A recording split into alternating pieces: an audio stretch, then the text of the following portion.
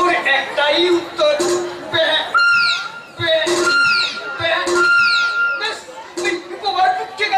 সম্ভব নয় বলে যাত্রা খালাস পেয়ে গেল। তুমি লেজে গোবরে হলে কি জন্য? তারপরেই তো ঝামেলা হলো। মক্কেলের কাছে টাকা চাই দিচ্ছে আমাকেই বলে কিনা ইস, এত পরিশ্রমের টাকা শেষ পর্যন্ত গচ্চা গেল।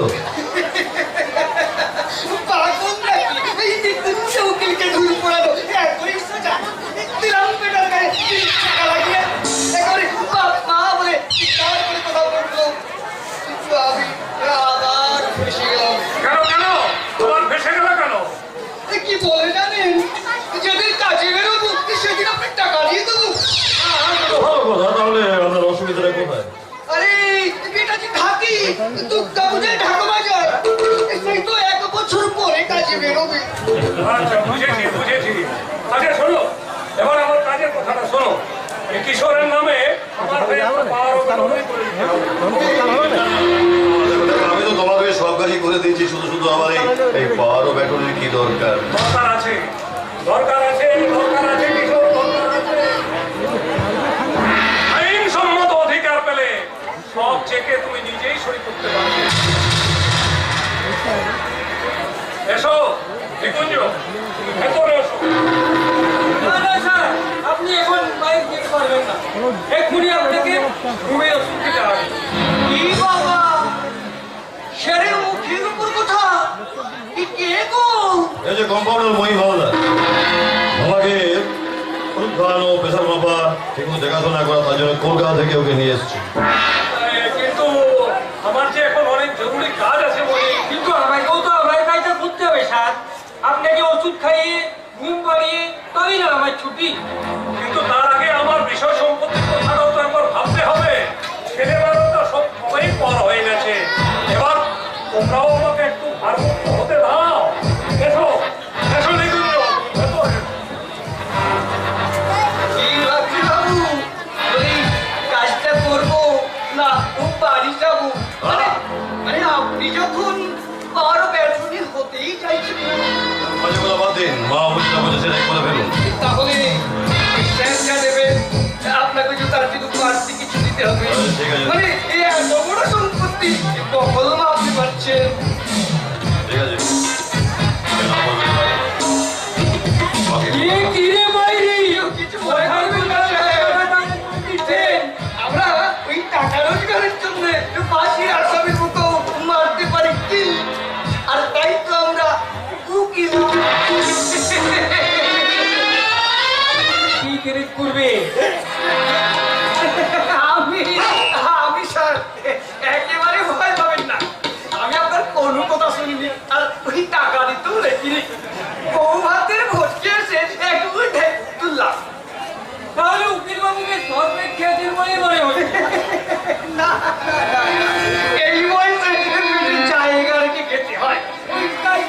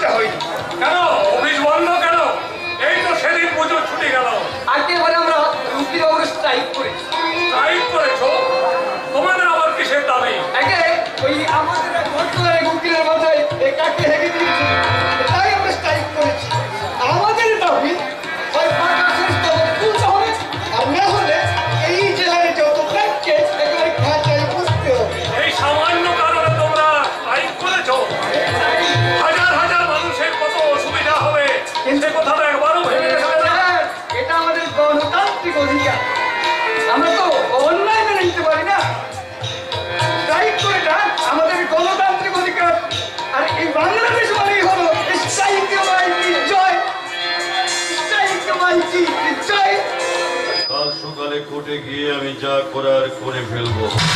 আপনার মুখে কোর্ট কাছারি নাও শুনলে বড় আনন্দ হয়েছে। নতুন করে এই কার সর্বনাশের ষড়যন্ত্র হচ্ছে। বলে আমার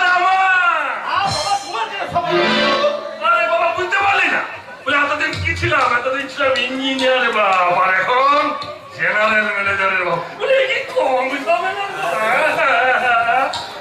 ও আপনি বুঝি এই সময় বাবু বাবা এই এক রাতে জবাই হতে এসেছে। জবাই জবাই হলো মানে? ও সরি সরি সরি স্যার, এই জবাই না মানে জোগাই জোগাই। আপনি তো জোগাই বলি না, আমি মাথায় মন্ড। আচ্ছা আচ্ছা আচ্ছা আচ্ছা আপনাকে দেখে না বড় আনন্দ পেলাম। একেবারে যেন কচি মুরগি। লে হালুয়া বলে জ্যান্ত মানুষের মুরগি করে। উকিলের কাছে মানুষ মাত্রই তো কচি মুরগি। আমি কিন্তু মুরগি নয় উকিল বাবু। আমার ব্যাপারে কথা কি বললেন? এই যে আগের বছর একেবারে রেডি করে এনেছি, এখনই ওই বাবুর হাতে পাশে ধরিয়ে দিয়ে যাবো। কি বলেন? ঠিকই মিথ্যে বলিনি ওই নিজের ধন পরের হাতে তুলে দেওয়া আর নিজের হাতে নিজের পাশ নেওয়া, এই কি ব্যাপার? কি বলে জগাই বাবু? জগাই বাবু উপরে।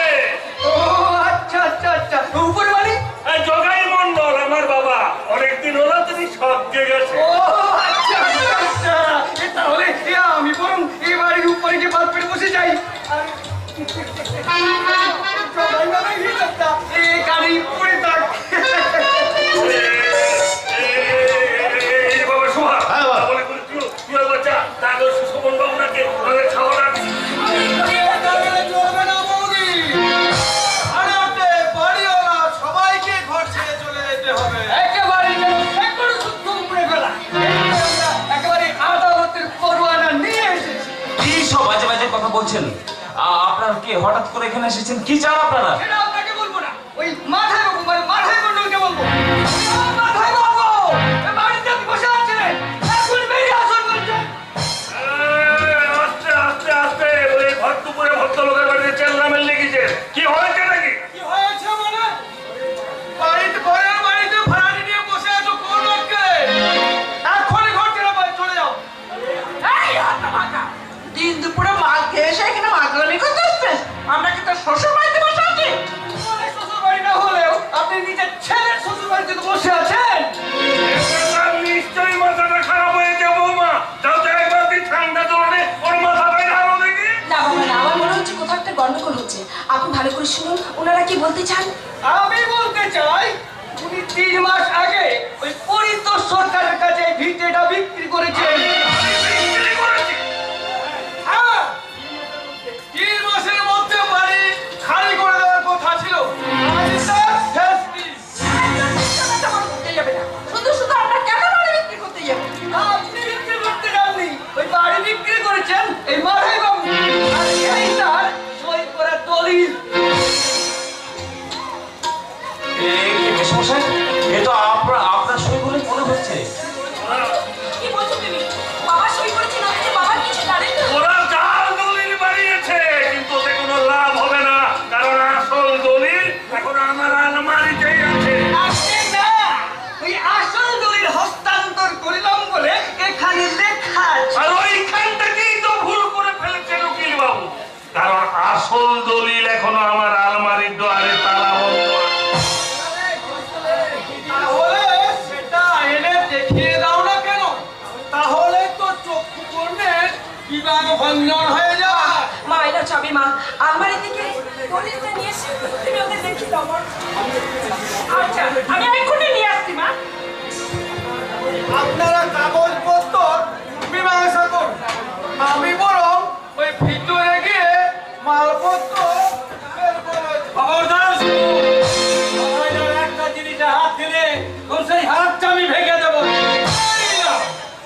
এখন আমার বাড়ির ভাই সুপ্রিম এসে হাজির হয়, তাহলে আমরা পুলিশ ডাকতে আসবো।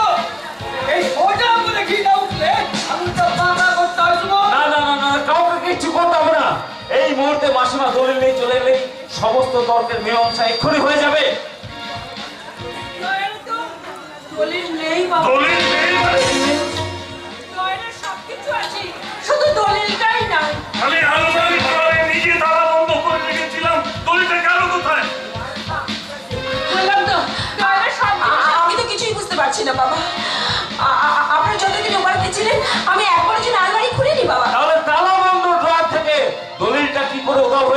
বাবা?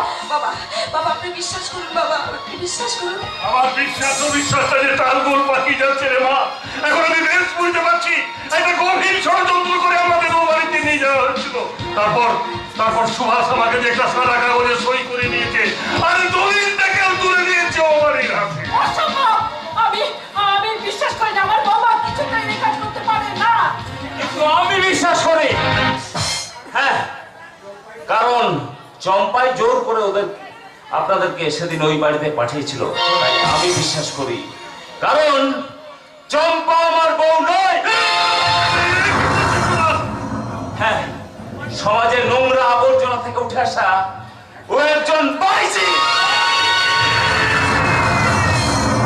হ্যাঁ মেশমশাই, একটা গুন্ডা জোর করে আমার গলায় ছুরি ধরে ওকে এই ঘরে ঢুকিয়ে দিয়ে গেছিল।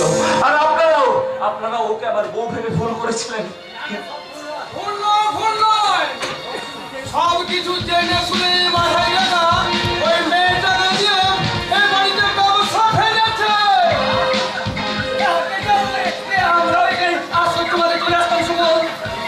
এসেছিল কদিন আগে বেশ কয়েকটা নোংরা লোককে বাড়িতে আসতে দেখেছি।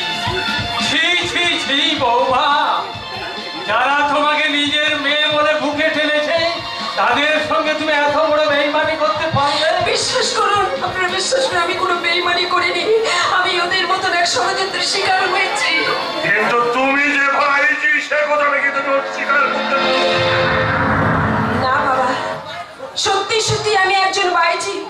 তাই তো যার জীবনে ঘর সংসার সবই সন্তানের জন্য এই বক্তব্যে হবে আগুনের মতো জ্বলছিল।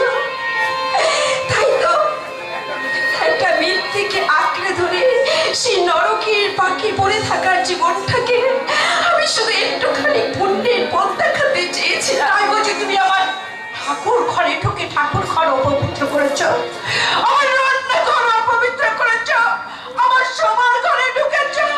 কেন কেন কেন কেন মা, বিশ্বাস করো মা, বিশ্বাস করো। আমাকে তুমি যত ইচ্ছে মারো, গালাগালি দাও, শুধু একটা কথা জেনে রেখো মা, আমার দেহে মনে কোথাও এতটুকু পাপ নেই। আমি শুধু তোমাদের ভালোবাসা ছাড়া আর কিছু চুরি করিনি মা। চুরি করনি। আমাদের বিশ্বাস ভালোবাসার বদলে কি দিয়েছ তুমি? পাপ অধর্ম আর অসত্যের মন্ত্র ছাড়া তোমার জীবনে আর কি আছে বলতে পারো? কোনো ভাইজি, তোমাকে আমি এতদিন মা বলে রেখেছি, তাই তোমাকে আমি পুলিশের হাতে তুলে দিতে পারবো না। কিন্তু মা শব্দটার সম্মান রাখার জন্য তুমি দয়া করে বাড়ি থেকে বেরিয়ে যাও। দয়া করে বাড়ি থেকে বেরিয়ে যাও। যাবো বাবা, নিশ্চয়ই যাবো। আমি যে আপনাকে বাবা বলে ডেকেছি, বাইজি হলেও সে পবিত্র সম্পর্কের মর্যাদা আমি রাখবো। তাই তুই বাড়ির মাটিতে দাঁড়িয়ে আমি প্রতিজ্ঞা করে যাচ্ছি, যেমন করে হোক আমি আপনাদের দলিল ফিরিয়ে এনে দেব। এই পৃথিবীর কেউ আমার বাবা মাকে ভিটে ছাড়া করতে পারবে না। আর সেদিন তোমাকেও বলতে হবে উদাস, অপবিত্রা পতিতা হলো এই চম্পাবাইয়ের মনটা শুদ্ধ শিব সুন্দর বীর মন্ত্র শিব সুন্দর বীর পবিত্র মন্ত্র।